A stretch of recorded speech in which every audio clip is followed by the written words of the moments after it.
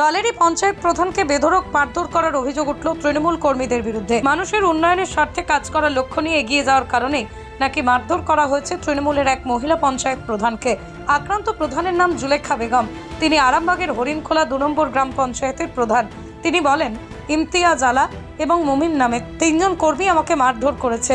ওরা চাইছে আমি বেআইনি কাজ করি, কিন্তু দল আমাকে মানুষের কাজ করার জন্য প্রধানের দায়িত্ব দিয়েছে, তাই আমি কোনো বেআইনি কাজ করতে পারবো না। এই কারণে ইমতিয়াজ আলা এবং মুমিন আমাকে মারধর করেছে, তাই অভিযুক্তদের বিরুদ্ধে আইনি পদক্ষেপ নেওয়ার জন্য আমি থানার দ্বারস্থ হয়েছি। বেআইনিভাবে অন্যায় অত্যাচার হয়েছে, মারধর হয়েছে, তার জন্য আমি আজকে থানায় এফআইআর কেন মারধর করলো? কেন আমি মিটিংয়ে গিয়েছিলাম উন্নয়নের জন্য, এলাকার উন্নয়নের জন্য, জনগণের উন্নয়নের জন্য, তার জন্য আমাকে 3 জন কোনো বিয়ে কারণে মারধর করেছে, গালাগালি করেছে, তার জন্য আমি আজকে থানায় এসেছি। কোথায় মারধর করেছে? আমগ্রাম মসজিদ তলায়। কোথায় মিটিংটা কোথায় ছিল? কারা মারলো আপনাকে? ইমতিয়াজ, মুমিন আর আলা। তারা কি পঞ্চায়েত সদস্য? না, কিছুই নয়। পার্টির সদস্য? এমনি কর্মী। কি তৃণমূল কর্মী? তৃণমূল কর্মী। তাহলে তৃণমূল কর্মী প্রধানকে কিভাবে মারে? ওইটা আমিও জানিনি কিভাবে প্রধানকে এরকম করে করছে। ওনারা চাইছে আনলিগাল হিসেবে কাজ হোক, আমি আনলিগাল হিসেবে কাজ করতে চাই না।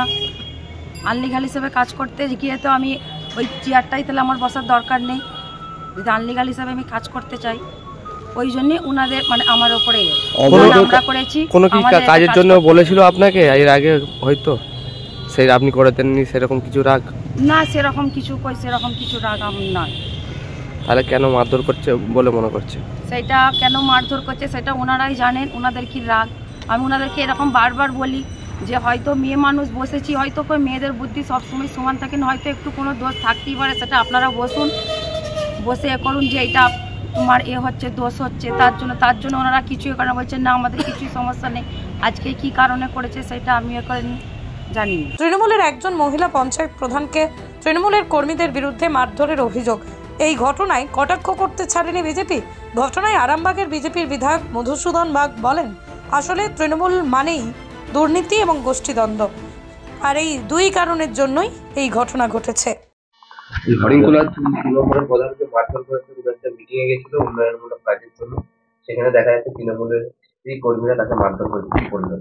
দেখুন, তৃণমূল কংগ্রেসের উন্নয়ন মানে দুর্নীতি, টাকার ভাগ। যারা টাকার ভাগ পাচ্ছেন তারা বলছেন আমরা উন্নয়ন করছি, আর যারা টাকার ভাগ পাচ্ছেন না তারা তার বাধা দিচ্ছেন।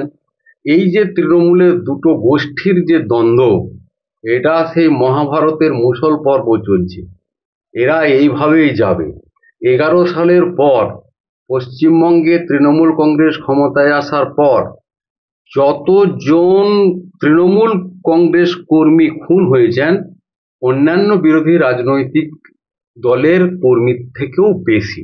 এরা নিজেদের মধ্যে মারামারি করে নিজের দলের কর্মীকেই এরা হারিয়েছে। আসলে এটা একটা আদর্শবিহীন রাজনৈতিক দল, যারা করে খাওয়ার রাজনীতিতেই অভ্যস্ত। এরা কংগ্রেসের গর্ভজাত সন্তান। যেই কংগ্রেসকে আপনারা 72 থেকে 77 সাল পর্যন্ত দেখেছেন, কংগ্রেসের কালো হাত কাটা হাত আমরা স্লোগান শুনেছি।